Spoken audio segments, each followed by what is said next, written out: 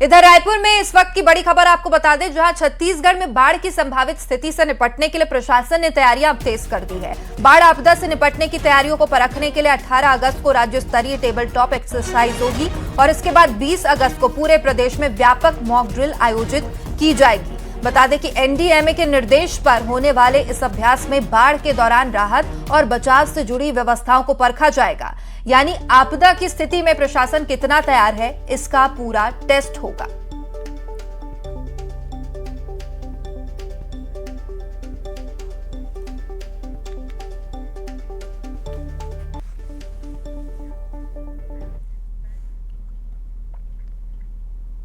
रायपुर को smart city बनाने के लिए करोड़ों रुपए खर्च किए गए, लेकिन बारिश के मौसम में जल भराव की समस्या आज भी जस की तस बनी हुई है। शहर के कई इलाकों में बारिश के बाद सड़कें, बाजार और रिहायशी क्षेत्र पानी से लबालब हो जाते हैं। ड्रेनेज सिस्टम की बदहाली और प्रशासनिक सुस्ती के चलते आम लोगों को इस परेशानी का हर साल सामना करना पड़ता है। रिपोर्ट देखिए।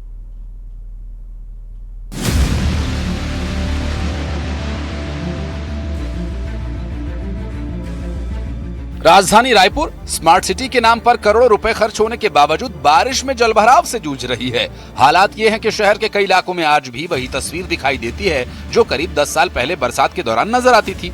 न ड्रेनेज सिस्टम पूरी तरह से ठीक हो पाया और न ही नाले नालियां ही कवर्ड हो सके।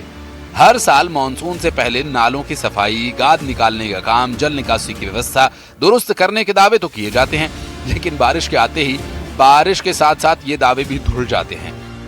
जल जीवन उनके जीवन में होता तो क्या कुछ कार्रवाई नहीं होता, लेकिन आज हम आम जनता के जीवन में हमसे ही तो नेता बने हैं ना, लेकिन हमारे जीवन में कोई सुविधा नहीं है। आज यदि हम घर का किस्त नहीं पटाएंगे तो हमको हमारा कितना नुकसान होगा।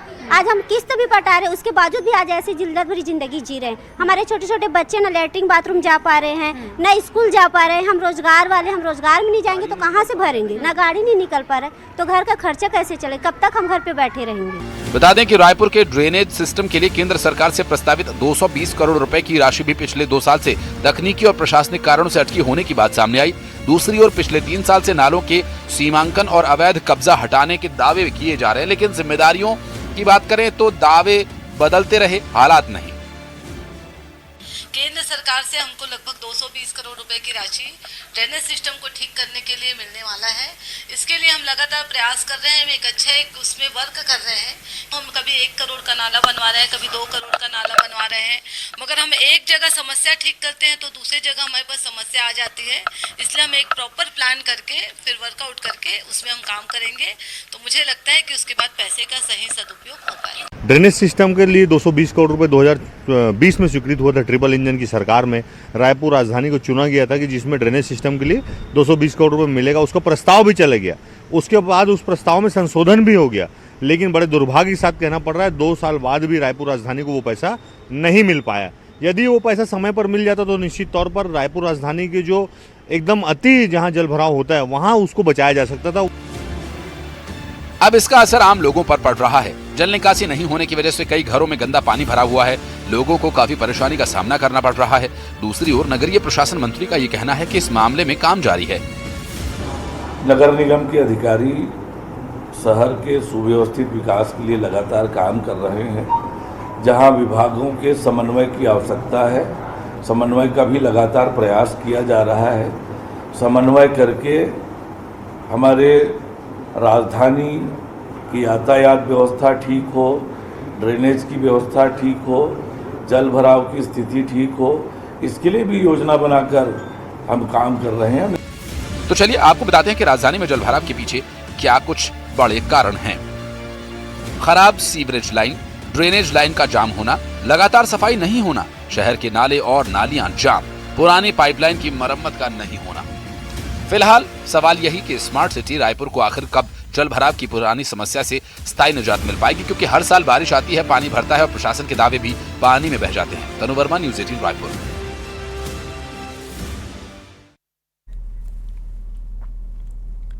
और वहीं जांजगीर चांपा में डकैती की बड़ी साजिश को पुलिस ने नाकाम कर दिया है। बिर्रा थाना क्षेत्र में डकैती की योजना बना रहे 5 आरोपियों को पुलिस ने गिरफ्तार किया।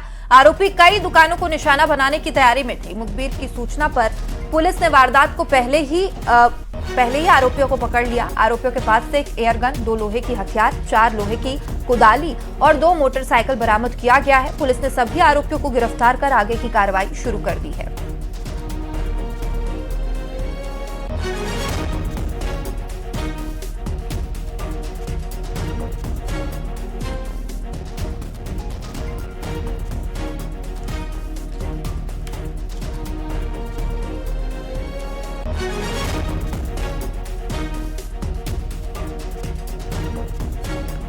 तो डकैती की योजना बना रहे 5 आरोपियों को पुलिस ने गिरफ्तार किया है। और भिलाई से इस वक्त की बड़ी खबर, रेलवे पीपी यार्ड में सीबीआई ने छापेमारी की है और रिश्वत मांगने की शिकायत पर सीनियर डीएमई के चैम्बर की जांच की। सीबीआई की टीम दस्तावेज खंगाल रही है, अधिकारी से भी पूछताछ जारी है। तो भिलाई से इस वक्त की बड़ी खबर, जहां पर सीबीआई ने छापेमार कार्रवाई की है। बता दें कि रेलवे पीपी यार्ड में सीबीआई ने छापेमार कार्रवाई की है और रिश्वत मांगने की शिकायत पर कार्रवाई की। सीनियर डीएमई के चैम्बर की जांच की। सीबीआई की टीम दस्तावेज खंगाल रही है और अधिकारी से भी पूछताछ जारी है। तो सीनियर डीएमई के चैम्बर में सीबीआई की टीम लगातार जांच कर रही है, तमाम दस्तावेज खंगाले जा रहे हैं। इसके अलावा अधिकारी से भी सीबीआई की टीम पूछताछ कर रही है। बता दें कि भिलाई में सीबीआई ने छापेमार कार्रवाई करते हुए पीपी यार्ड में ये कार्रवाई की है और डीएमई के चैम्बर में दस्तावेजों की जांच की जा रही है। बता दें कि रिश्वतखोरी के आरोप लगे थे। मिथिलेश ठाकुर हमारे सहयोगी ज्यादा जानकारी के साथ जुड़े हुए हैं। मिथिलेश, सीबीआई छापेमार कार्रवाई कर रही है, क्या जानकारी? निश्चित रूप से सीबीआई की रेड हुई है। भिलाई के रेलवे पीपी यार्ड में सीबीआई ने दबिश दी है। वैगन मेंटेनेंस के प्रमुख पीपी यार्ड में ये सीबीआई ने कल देर रात में दबिश दी थी।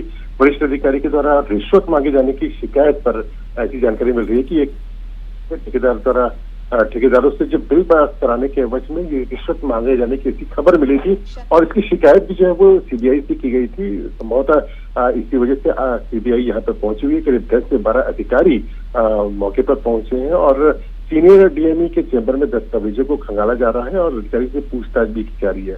बताया जाता है कि दिल्ली से ये टीम पहुंची हुई है जो भिलाई पहुंचकर अपनी कार्रवाई कर रही है। किस तरह की जांच है और क्या क्या अभी तक सामने आया है, ये अभी स्पष्ट नहीं हो पाया है। अधिकृत जब जानकारी इसकी सामने आएगी उसके बाद में कोई कहा जा सकता है कि आखिर वजह क्या थी और अचानक से एक रेलवे के जो एक वरिष्ठ अधिकारी से किस तरह से पूछताछ की गई है। तभी ये खबर है कि अभी लगातार पूछताछ की जा रही है। इंतजार करना होगा इस वक्त का जब सीबीआई के द्वारा कोई अधिकृत जानकारी दी जाएगी। मिथिलेश, कब से ये कार्रवाई जारी है और कब तक ये कार्रवाई जारी रहेगी?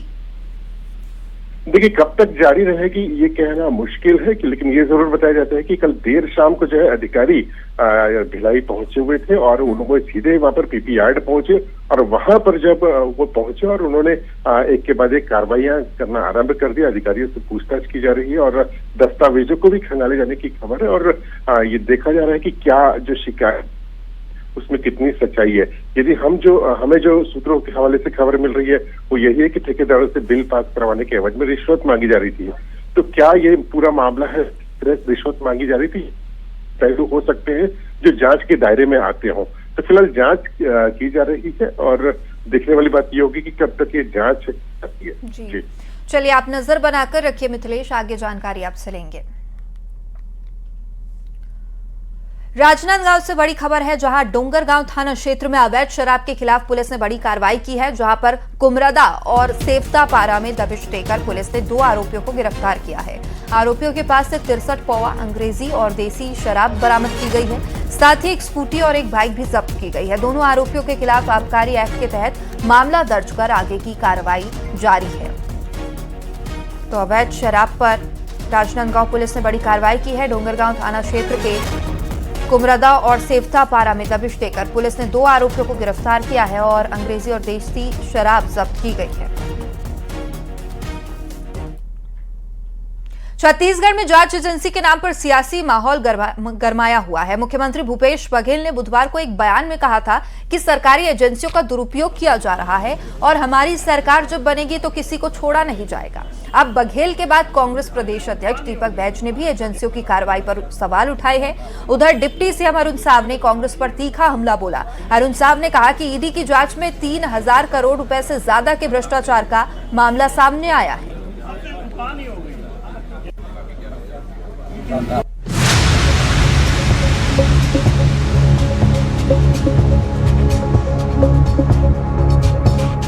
छत्तीसगढ़ में जांच एजेंसी के नाम पर सियासी माहौल गरमाया हुआ है। मामला तब और गरमा गया जब पूर्व मुख्यमंत्री भूपेश बघेल ने बुधवार को एक बयान में कहा कि सरकारी एजेंसियों का दुरुपयोग किया जा रहा है। हमारी सरकार जब बनेगी तो किसी को छोड़ा नहीं जाएगा। अब बघेल के बाद कांग्रेस प्रदेश अध्यक्ष दीपक बैज ने भी एजेंसियों की कार्रवाई पर सवाल उठाए हैं। दीपक बैज ने कहा कि सरकार के इशारे पर जांच एजेंसियां काम कर रही हैं। विपक्षी पार्टियों को निशाना बनाया जा रहा है। 2029 में केंद्र में कांग्रेस की सरकार बनेगी। एजेंसियों की कार्रवाई कांग्रेस याद रखेगी। निश्चित रूप से एजेंसियां अपनी पावर को दुरुपयोग कर रही है और वास्तव में 2029 में देश में कांग्रेस की सरकार बन रही है। राहुल गांधी प्रधानमंत्री बनेंगे। 2028 में छत्तीसगढ़ में कांग्रेस की सरकार बन रही है। निश्चित रूप से अगर इस तरह की कार्रवाई होगी तो निश्चित रूप से कांग्रेस पार्टी भी इस कार्रवाई को याद रखेगी। बदले भावना से कर रहे हैं, ज्यादा दिन देर नहीं है। ऊपर वाले के हाथ देर हो अंधेर नहीं, वक्त बदलता है, अब परिवर्तन हो रहा है। अब भी समझ जाए ईडी वाले, है ना, सरकार हमारी आएगी लेकिन एक एक का हिसाब किया जाएगा। आपने कहा कि कुंडली सबका आपके पास है, छेड़ दिया तो छोड़ेंगे। हाँ तो मैं भी गिना भी दिया। मैं फेयर में कौन वसूली कर रहा था, गाड़ी में भर के कौन नोट ले रहा था, बिल्डिंग कौन अपने गर्लफ्रेंड के लिए बनाया, सब जानते हैं। सबका जवाब गिरा, रेतिन कौन वसूली कर रहा है ना, अफीम की खेती में कौन पैसा वसूली कर रहा है।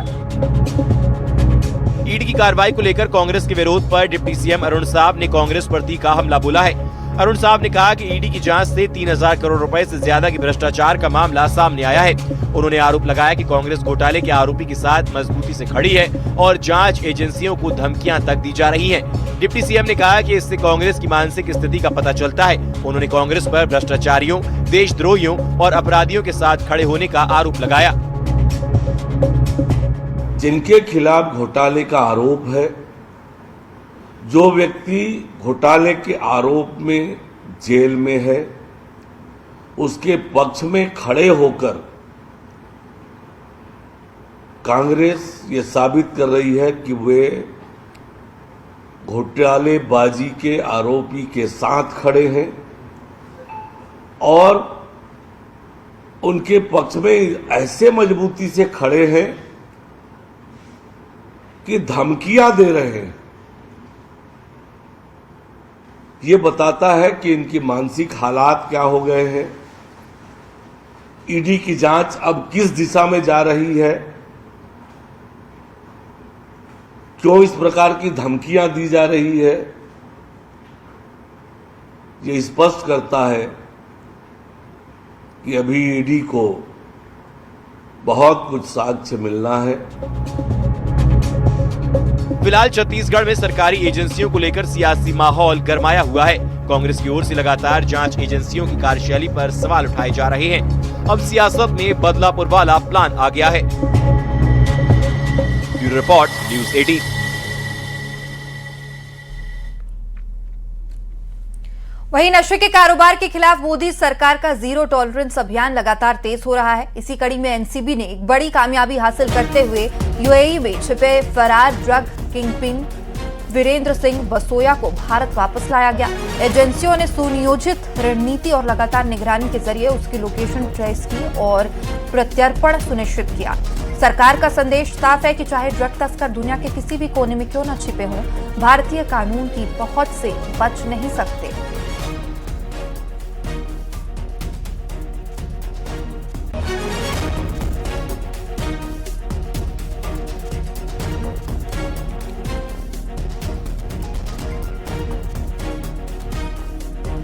नशे के कारोबार के खिलाफ अब मोदी सरकार का जीरो टॉलरेंस अभियान लगातार तेज हो रहा है।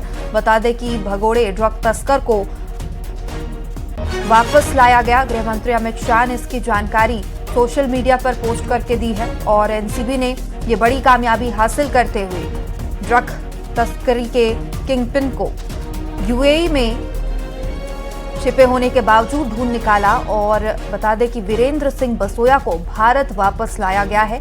एजेंसियों ने सुनियोजित रणनीति और लगातार निगरानी के जरिए पहले उसकी लोकेशन ट्रैक की और उसके बाद प्रत्यर्पण सुनिश्चित किया है। सरकार ने ये साफ संदेश दिया है कि ड्रग तस्कर दुनिया के किसी भी कोने में पहुंच जाए, क्यों न छिपकर बैठे हो, भारतीय कानून की पहुंच से वो बच नहीं सकते। तो विदेश में छिपे इस तस्कर को अब भारत लाया गया है। गृह मंत्री ने इसकी जानकारी दी।